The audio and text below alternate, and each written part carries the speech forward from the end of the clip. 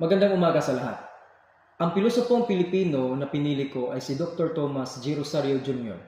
Isa siyang propesor ng Ateneo de Manila University mula noong Hunyo 1980. Bago iyon, natapos niya ang kanyang master's degree sa filosofiya sa Ateneo de Manila noong 1976 at ang kanyang doctor's degree sa University of Santo Tomas noong 1970.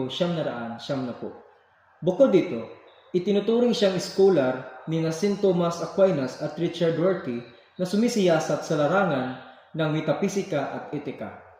Ang malaking kontribusyon niya sa pilosopong Pilipino ay ang pagsasalin ng Summa Theologica ni Santo Tomas de Aquino sa wikang Filipino, na pinamagatang ang Etika ni Santo Tomas de Aquino, na inilitahala noong 2003 ng University of St. Thomas Publishing House.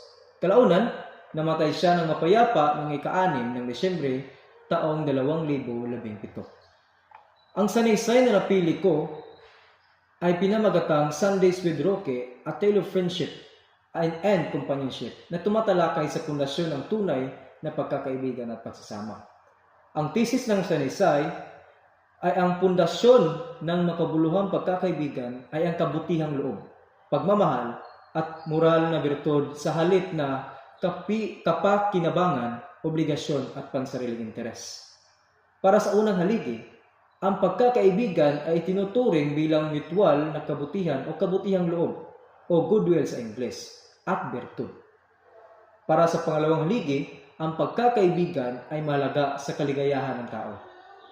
At ang panghuling haligi ng sanaysay, ang tunay na utang na loob ay bilang pasasalamat sa kabutihan, paggalang sa moral na intensyon ng tagapagtaguyod at malayang pagganti ng pagmamahal. Ang galing sa sanaysay ay pinapakita ang kahalagahan ng pagkakaibigan at ipinaliwanag ng husto kung ano ang tunay na pagkakaibigan sa pamamagitan ng kabutihang loob. At ang kahinaan naman sa sanaysay ay ang pagpapalalim pa sa konsepto ng utang na loob upang maiwasan ang hindi pagkakaunawaan. Yun lang po at maraming salamat.